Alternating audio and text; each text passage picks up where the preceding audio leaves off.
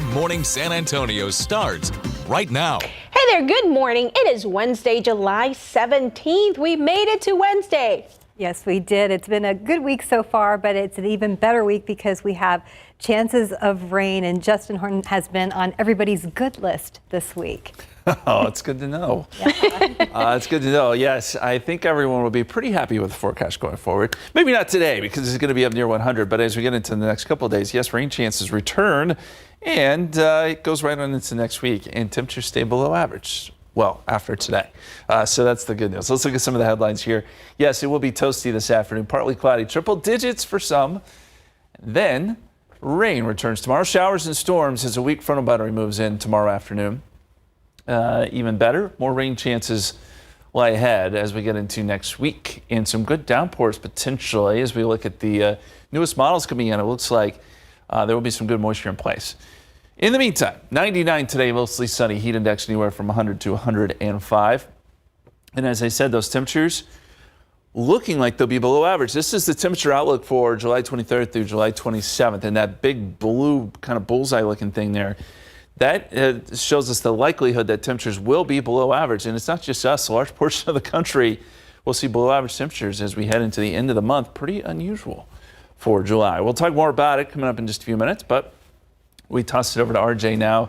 Morning commute's winding down. Any issues out there? All right, Justin. Yeah, it's been a little bit busy out here during our 8 o'clock hour. Saw a couple different things kind of pop up on our radar, but things are looking okay for the most part right now. 90 at Medio Creek, we saw that was a big trouble spot over the past hour or so, but traffic is moving a little bit better through that area. We do want to show you the traffic situation on 410 right now. Taking a look here, this is our camera there at Loop 410 in Ingram North, and again, this is our northbound traffic headed up past Bandera Road, going to Evers Road, and we have that crash that is still reported in this area. This is the backup that you're seeing right now on the northbound lanes of Loop 410 out there on the northwest side for all of our folks coming up from the Holmes High School area going up to Bandera Road. Want to take you to downtown right now because we are seeing some delays right now for some of our drivers coming in on I-10 in both directions. Earlier we had a stalled vehicle being reported on I-10 eastbound for our drivers coming into downtown.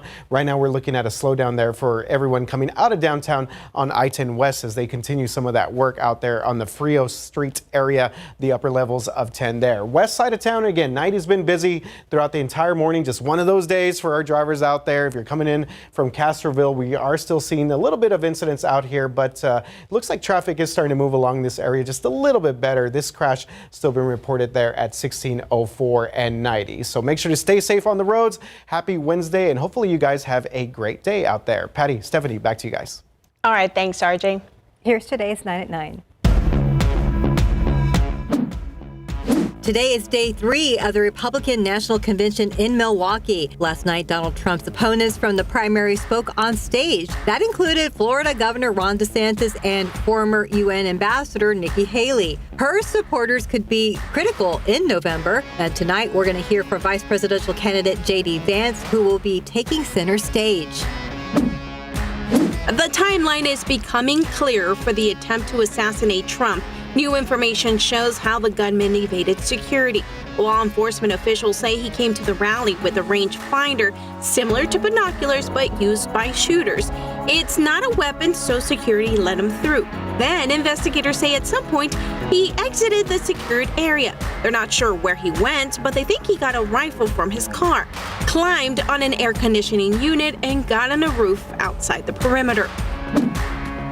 President Biden is reportedly planning to endorse major changes to the Supreme Court, including term limits for justices and an enforceable ethics code. However, passing the amendment would be extremely difficult. It would require congressional approval and ratification by 38 states. Calls for an ethics code have been growing stronger since ethical alleged lapses involving several justices surfaced last year. Shoppers are still spending. Retail sales in June didn't change compared to May, according to the Commerce Department. Experts had expected sales to slow down. Slower sales at gas stations and auto dealerships help weigh down the numbers. Home equity is at a record high. However, most homeowners aren't necessarily able to liquefy the equity in their home, especially if they are not selling their house. Experts say to access that equity, homeowners should avoid a cash-out refinance and instead considered a home equity loan.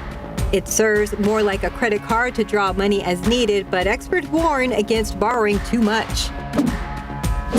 High school students are going to be seeing some big changes to the ACT college entrance exam starting next spring. The test will be shorter, down from about 3 hours to 2, and the science section will be optional. The cost of taking the test will also be reduced. The CEO of the exam said the change will give students more time to answer each question and let them focus on their strengths and abilities. Uber is making travel planning easier this summer. The company now allows users to search average fares and wait times in 10,000 cities worldwide. Uber says this new feature will help take the guesswork out of travel. Streaming soared to new heights in June. Nielsen reports that streaming services accounted for over 40% of American TV viewing, the highest ever recorded. YouTube led the pack with nearly 10%, followed by Netflix at just over 8%. So nobody won the Mega Millions drawing last night, sending the jackpot up to $251 million.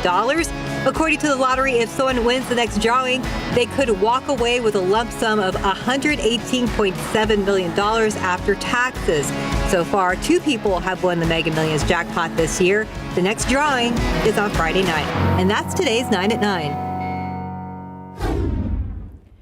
A San Antonio police officer searching for a stolen truck is forced to use his stun gun on a man who refused to be detained. Well, was it excessive force, or did the officer act appropriately in an escalating environment?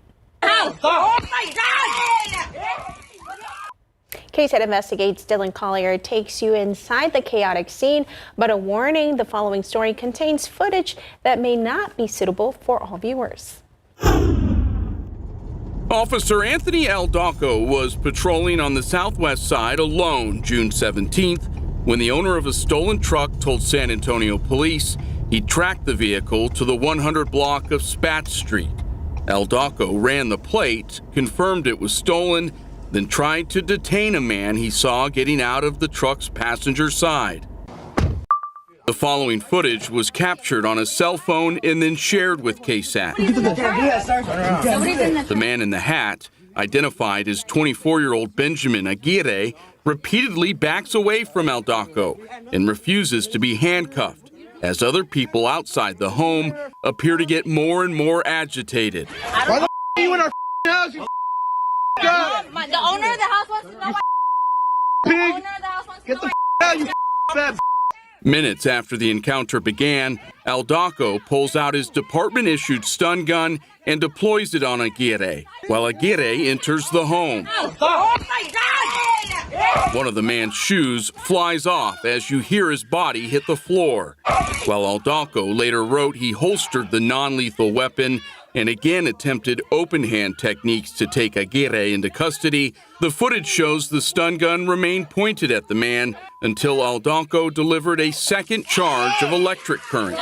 It was in the process of fresh pursuit. Officer Juan Mandujano teaches patrol tactics at SAPD's training academy and is the department's master taser instructor. It's not uncommon for officers to forget little details about their encounters under stress.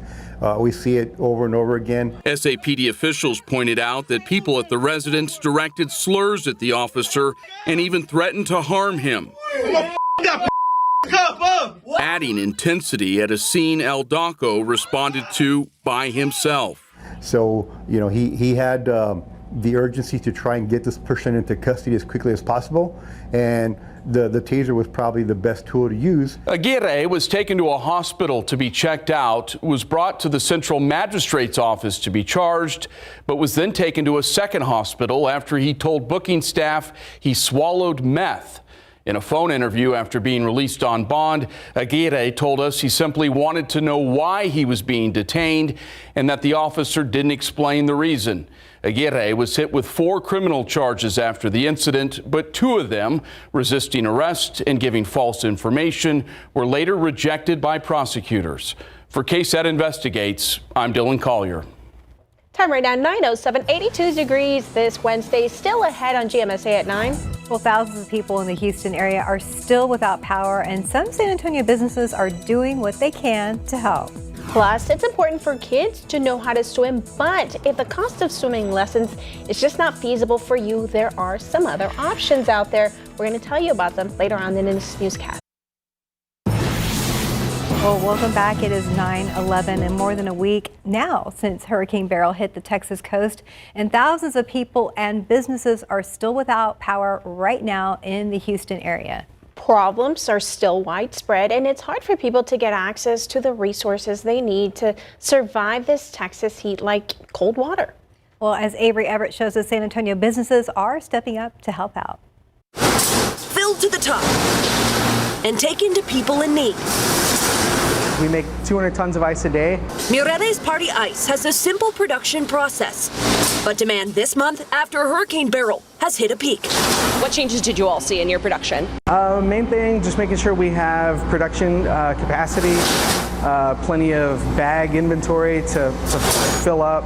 Now, this is just a 16-pound bag of ice. It's hard to even imagine that the company has sent nearly 1 million to the Houston area. But take a look at this room behind me. This would weigh in about half of what they've sent to southeastern Texas.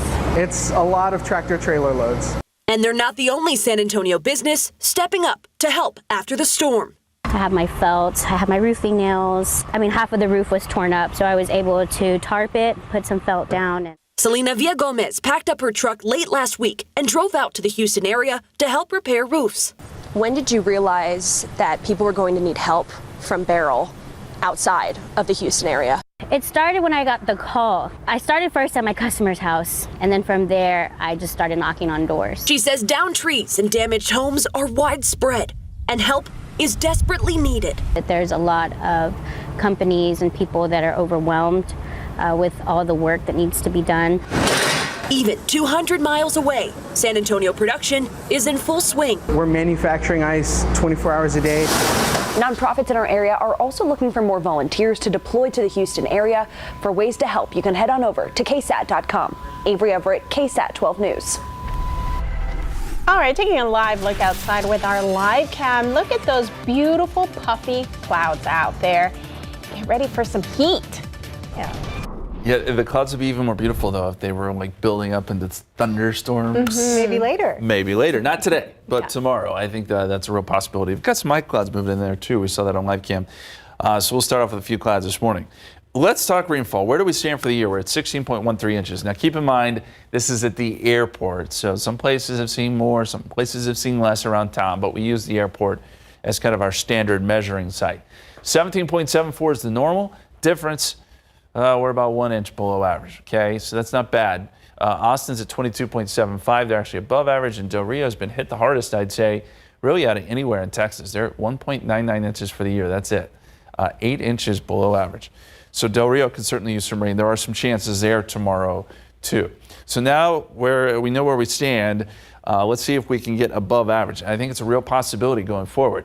We have our heat high, which has really been centered over the west for a long period now. And the thing about heat highs is they tend to kind of build on themselves. And wherever they are, they tend to kind of sit there and build and get even stronger. So as long as it's out there, we're in good shape.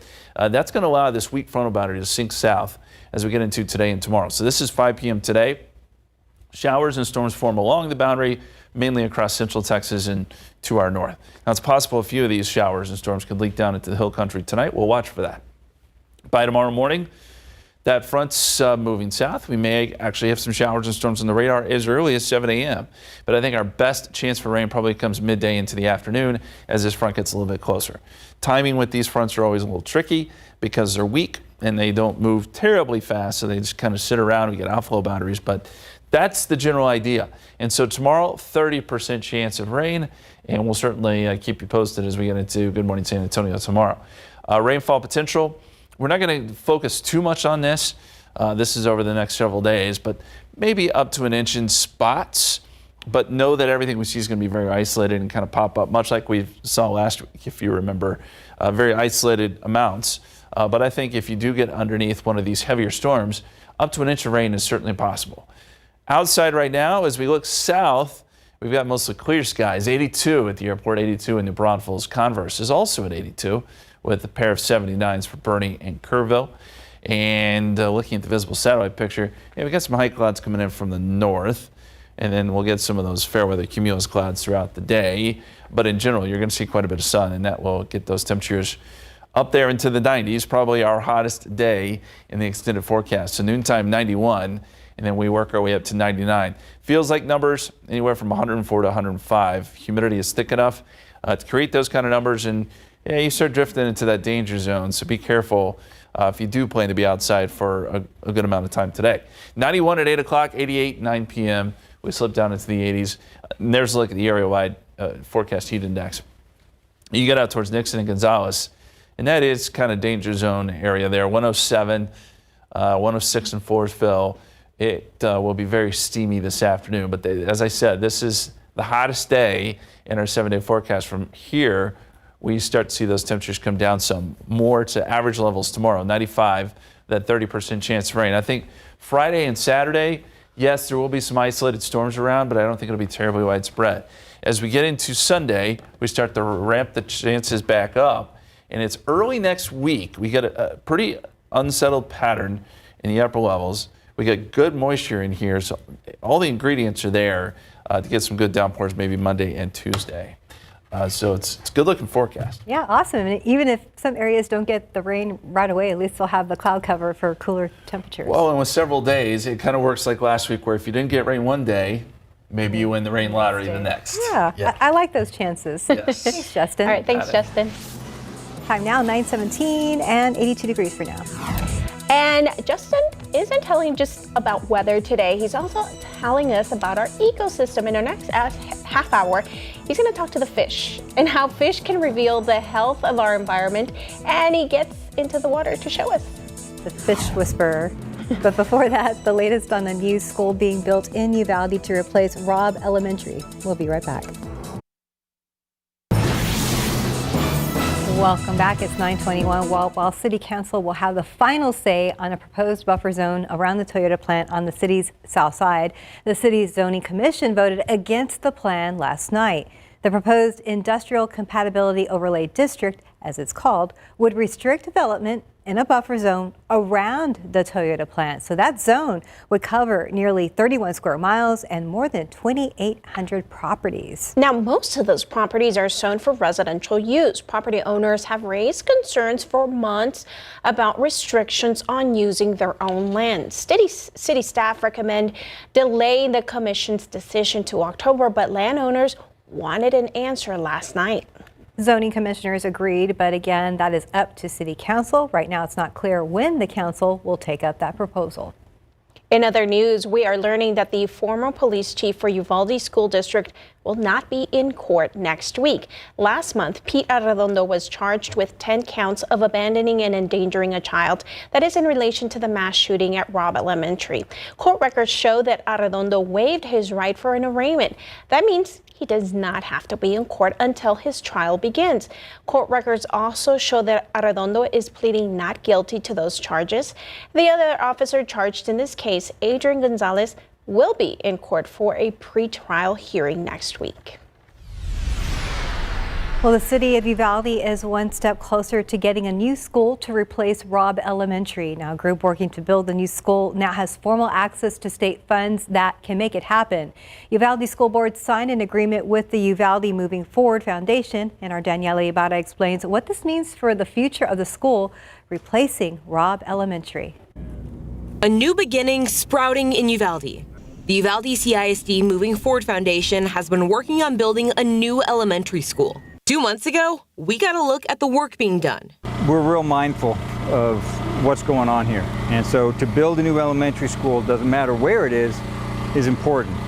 Here in Uvalde, it matters just that much more. In addition to safety, the school will pay tribute to the 21 lives lost at Robb Elementary. It's a $60 million project. The foundation's executive director, Tim Miller, says $15 million of that is being paid for by the state. That got us started with fundraising, and since then we've continued to raise money through individual donations and family foundations and things like that. Uvalde CISD trustees voted unanimously to sign an agreement allowing the district to give the foundation state money already designated for a new school. This is a unique way to build a school, especially in the state of Texas. Normally, school districts go out for bond elections and raise property taxes to pay for their schools. And because of all the different factors involved, this is not the way this school is being built. The foundation will have to give quarterly reports about expenses and progress. While plans for a new school move forward, Robb Elementary has remained untouched since May 24th, 2022. The district has created a committee to work on a permanent memorial once the old building is demolished. Obviously, the long-term plan is for a memorial site to be built where the building is currently standing. But until we can begin to plan for that, once we have control of the building again, this is what we can do. A Uvalde CISD spokeswoman says the campus is still tied up in legal matters and has yet to be turned over to the district. Danielle Ibarra, KSAT 12 News. Well, as for the construction, Miller says the foundation is being laid down. Now, here's the problem. They still need about $20 million to get the project finished. Miller says he is confident donors will help them meet their goal. Well, time now, 9:25 and 82 degrees, still a lot ahead on GMSA at 9. Including some affordable swimming lessons out there that you can take advantage of. Plus, we are halfway through the Republican National Convention, and tonight is a big night. We are expecting to hear from Trump's newly named running mate, Senator Vance. We're going to get a preview of the day 3 of the RNC when we come back.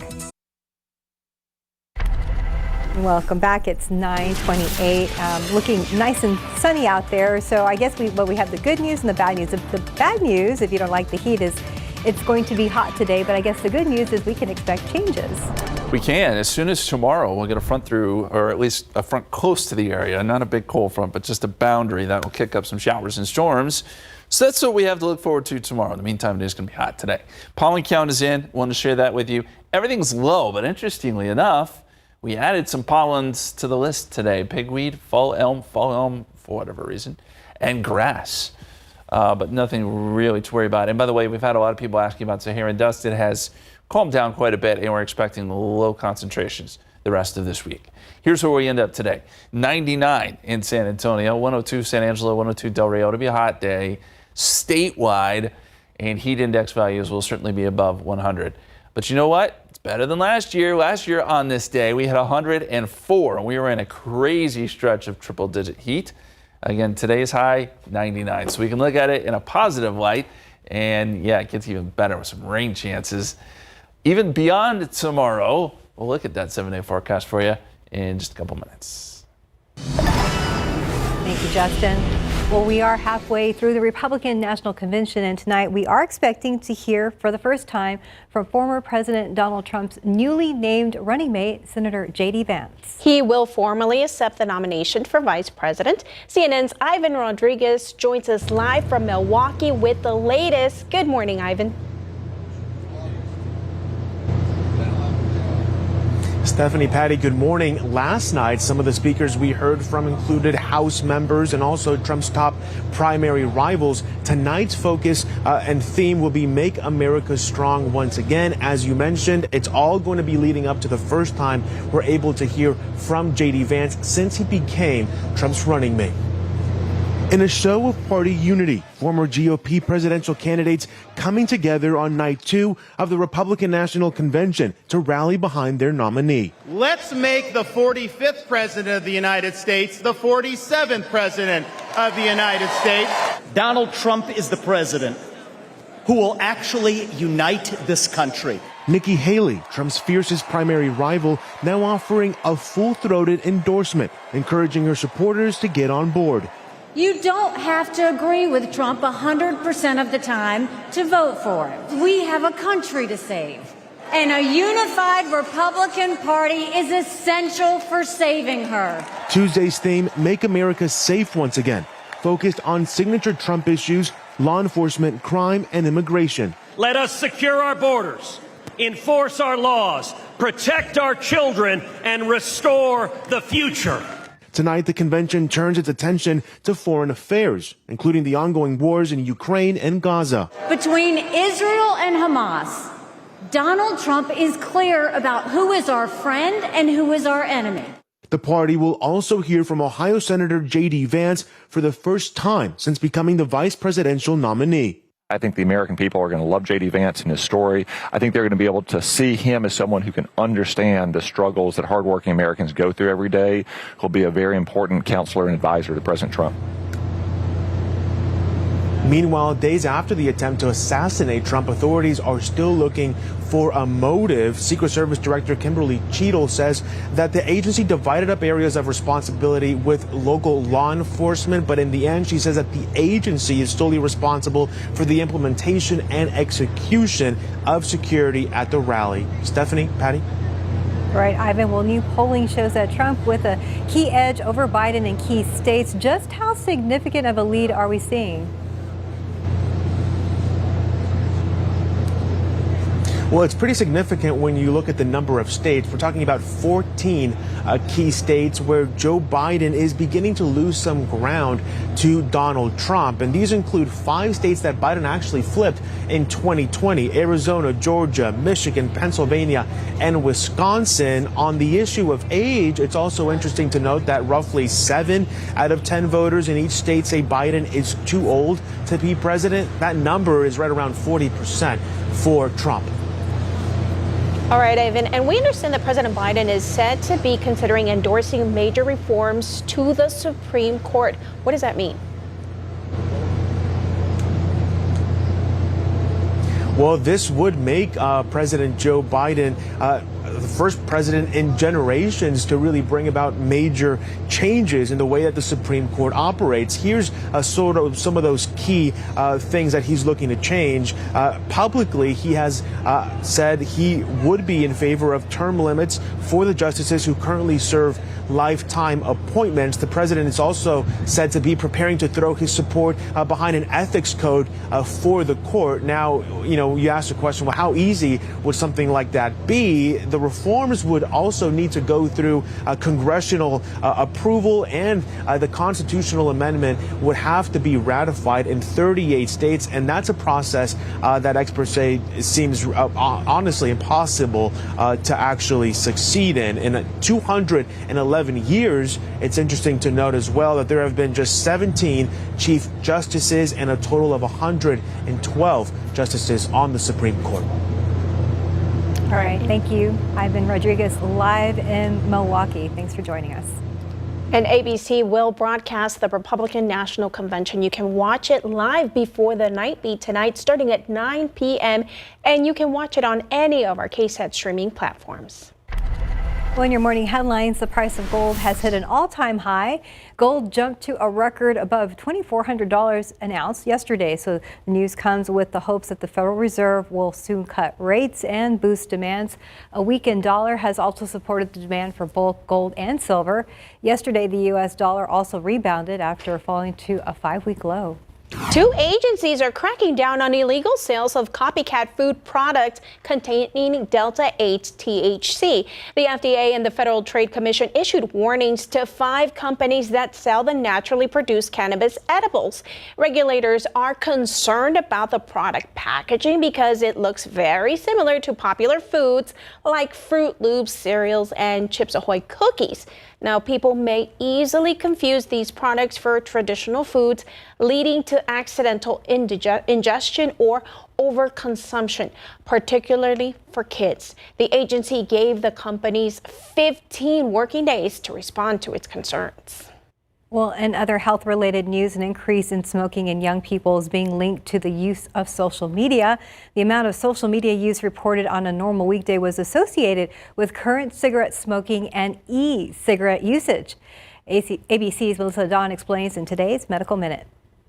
Most kids and teens spend over 2 hours a day in front of screens, more than the CDC recommends. Researchers in the UK have found that the more time you spend on social media, the more tobacco you use as a child and teen. The research published by Imperial College used youth data from nearly 11,000 participants aged 10 to 25 years old.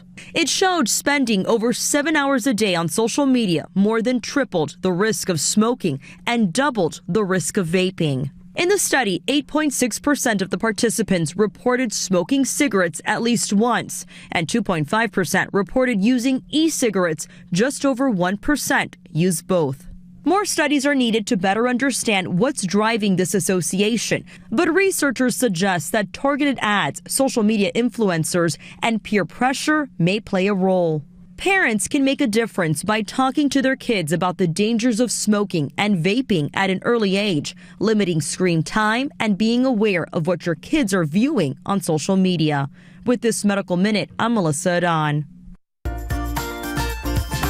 All right, this morning we are hoping to prevent something tragic from happening. So that's why it's important to teach children how to swim.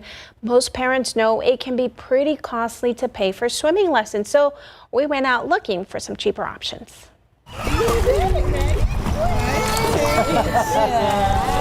Swimming lessons can start off at $35 and up per class. It's not something many of us can afford. So we started looking for some swim lessons, and it was quite expensive. I believe I saw like $150 for about 6 lessons. That's the lowest price Ashley Patton found until she came across the free swimming lessons at the City of San Antonio pools. Just that this is a blessing. Like I said, I didn't really have the extra money to afford to pay for some of the high prices that are around with the other sources of swim school, but I'm just very happy that we were able to get involved with this free. All 24 pools around the city offer these free classes. Jaime Rivera suggests you register online first because classes fill up fast. Well, they have to just wait and be patient. That's the only thing I can say. The third set of free classes will begin soon, so be ready with an account to sign up. Otherwise, you get added to a waiting list. The limit per class for adults in school age is 10 people. Whoever's get first, they go in a minute. Kids as young as 6 months and up should start learning water safety, says Jaime. When I was a kid, I took maybe 2 swim lessons, and I ended up like not hating the water, but I wasn't very comfortable in it. And so when I had my son, one of my goals was to get him to swim lessons. Both of them are now more comfortable. He's learning how to be taught, he's learning how to learn, and he's learning structure. Parents trying to do this on their own can start off by helping the kids learn how to blow bubbles in the water, teach them how to float on their back, teach them how to kick their legs and use their arms, and remind them to always have an adult present when they're in the water. All right, so I checked. The Y offers classes for non-members, about $150 for 4 classes. You can also find helpful tools, videos on YouTube. That is free. Sign up for the city classes start next week. That's right, and try to sign up fast because they go very fast. Quick. Yeah. Time now 9:40 and 82 degrees for now. You're watching GMSA at 9. Coming up after the break, Justin is stepping out of the studio and into the water to show us how fish can tell us how healthy our ecosystem is. We'll be right back. Welcome back. Fish, we catch them, we eat them, and occasionally watch them in aquariums, but they can also tell us things. Right, they can reveal the health of our ecosystem, which is why there are those out there who count fish for a living, a fish census, if you will. And I got the chance to help with that census. We waded through the waters of Cibolo Creek at Natural Bridge Caverns to see what it's all about. Yeah, we'll see. We'll see what we can get. We had one earlier, but he got away. Yeah. Yep. When it's 100 degrees, a dip at a creek ain't a bad thing. But in this case, it's important research. It's a real-life science experiment. I love it. That's right, man. It is. Glad y'all are here to participate in it. There you go. Come on in. Let's go all the way in. All right, let's lift it up. Okay. All right, a lot of little guys. But it's not what most of us are used to when it comes to fishing. There's no pole. It's a seine net we're using. Surprisingly, in the drought-stricken spring-fed Cibolo Creek, there's quite a bit of fish, and that's a good thing. Not only are we interested in studying the species that call the cave system home, we also want to know all about the species that live here on the ranch, on the surface as well. That's Brad Wiest, owner-operator of Natural Bridge Caverns and its surrounding land. Fish, as it turns out, round out a long list of creatures being studied here. And so we've conducted studies of the frogs and the toads here on the ranch, on smaller lizards and reptiles, snakes. We've studied the bats. Why, you may be asking? Well, healthy wildlife means that the land is in good shape, and the Wiests are intent on keeping it that way. To do this, they enlisted the help of Cody Craig, who specializes in aquatic biology. I think right now we're up to 7 species. I wouldn't be surprised if we get, 15 or so species in this area. He's taking a census of the fish population. It's a bigger one. This is a common carp. And this man knows his fish. This is the huge gambusia, which is a western mosquito fish. The amount, type, and size of fish is important. Are these more, you said, lake species or spring species? Yeah, these are more lake species just because of the flow conditions right now. We may see some different species like after a big rainfall event, or maybe a little bit closer to the actual springs. It's this info that drives what happens next. So let's say hypothetically we find some spring associated fishes. That could change and the conservation measures of Natural Bridge Caverns on, okay, what can we do to really preserve the spring flow, which is important to these spring associated fishes. So you can take conservation measures in that way, that's one example. Turns out Cibolo Creek, at least this part of it, is pretty healthy. But that won't stop the Wiests from doing more research on what their property has to offer. We want to learn what we have so we can be better stewards of the land and their habitat, and then we want to share that. A lot of different kind of fish. There was, and I was impressed. Cody was just kind of rattling off the names. Yeah. This is this fish. And they're so little, how can you tell? Exactly, but they each have different kind of markings, and each one kind of represents how healthy that particular ecosystem is, whether it's spring-fed type fish or more lake-type fish. But Cibolo Creek, even in this drought, there was still water there, and there was still fish thriving. So it's a good barometer of how healthy things are. And it does make a difference, you said, the rain in areas. It does, and hopefully we can get some rain into some of these reservoirs and lakes. And speaking of, the numbers aren't great. We know this even after all the rain that we've gotten, which isn't a ton, but we've had several days here with rain in the month of July. Canyon Lake is at 55.4%. That is still a record low. Medina, I have not seen it that low. 2.2%. It's down 94 feet. That's lower than that 2011 to 2014 range where we got really drought-stricken there. So it's in bad shape. Choke Canyon's at 21.4%. Amistad 24%, and that's a bad number because keep in mind, Amistad is a reservoir that feeds a lot of what is downstream, so all the farmers down in the valley really rely on Amistad and Falcon Lake, and those lakes are also suffering. So bottom line here, as we've been saying for almost 2 or 3 years now, we need a good rain event. We're going to get some rain tomorrow. It's not going to be one of those rain events that's going to fill up the reservoirs, but as long as we can kind of at least hold them steady until we can get a big rain event, that's a good thing. 5 o'clock today, showers and storms will fire across North Texas and Central Texas. Some of these could make a run for the hill country a little bit later this evening. We'll keep an eye on that. But I think as we get into tomorrow morning, we still could see some showers and storms around. This is 7 a.m. tomorrow morning. It shows some storms around Austin. It's going to be hard to pinpoint exactly where we'll get some of this activity, but with this weak front around, certainly is a possibility morning, midday, even into the afternoon. And these pop-up downpours will be random. And if you do get one, you may get some brief heavy rain out of it. But rain chances go up to 30% tomorrow. And then we get 20% Friday and Saturday. I think if we're going to see anything those days, it'll be pretty isolated. By Sunday, though, the pattern starts to become a little more unstable. We get some good moisture in here by Monday and Tuesday. In fact, Monday and Tuesday, I'm pretty impressed at kind of the ingredients that we have. We'll have a nice kind of area of disturbed weather moving in the upper levels, and we'll get some good deep moisture coming in from the Gulf of Mexico. And usually, climatologically speaking, when we get those two things, we get some pretty good rain opportunities. Right now we have at 40%. It's possible that those rain chances could go up. I want to show you the surplus and deficit across the state. So it's still West Texas that is really in need of the rain. Del Rio, as we said earlier, is in bad shape. Midland below average, Lubbock a little bit above average. Here in San Antonio, we're a little bit below. You go to East Texas, though, and they have huge surpluses, due in large part to Barrow, but they are already doing well, and then they got extra rain on top of that. So we want to try to erase some of that drought here over the next week or so, and hopefully we can.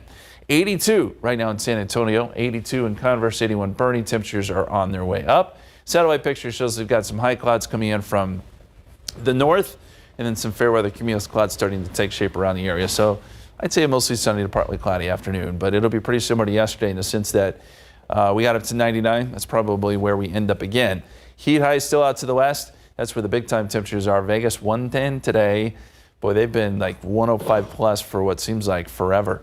A 30% chance tomorrow, 20% chance Friday and Saturday, as we said, and then the better chances next week. And that brings temperatures below average. 92 on Monday, 91 on Tuesday. For late July, that's pretty good. That's very good. Yeah. May the odds be with you. Yes. 950, 82 degrees out there. Look out there with Zoo Cam. Our friends, the flamingos, in the sun and in the water. Yay. This morning. They're never shy. Yeah, not too shy at all. It's a great day to go to the zoo, and you probably don't have to take an umbrella today. Be right back. Well, welcome back. It's 9:54. We're nearly 30 years after Twister stormed into theaters, a new generation of tornado chasers hitting the big screen. CNN's David Daniel gives us a look at the new film in theaters this weekend. Twisters was a natural for director Lee Isaac Chung, who grew up in rural Arkansas. When you have brushes with extreme weather as a child, anything that feels larger than life and dangerous, I think those things leave a very big imprint. We got PhDs from NASA, FEMA, and Kate. She's the smartest person I know. Hey dudes, this is interesting. Who are they? It's Tyler Owens. Calls himself a tornado wrangler. If you feel it! The stars say they were overwhelmed by their real-life counterparts. They're like mad intelligent about the weather and science, but also like adrenaline, adrenaline seekers, and they all have like crazy dents in their cars from grapefruit-sized hail, and you know. Are those fireworks? Yes, ma'am. It just felt like we were able to take the inspiration from the first movie and then really just, hopefully, take it up a notch. Oh, she's perfect. She's gorgeous. That sense of awe and wonder was something that I really wanted to preserve in this film.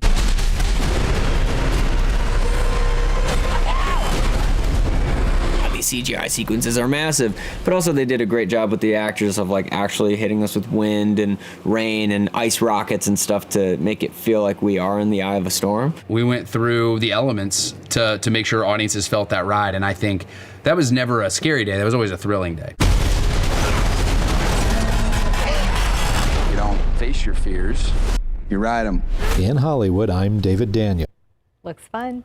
Well, a heads up though, if you live on the south side of town or if you're going to be in that area, the San Antonio Police Department's bomb squad is going to be doing some training detonations at that training academy located off of 410 and Morrison Boulevard today. So it's going to start in just a few minutes, so just be aware of that. Thanks for joining us.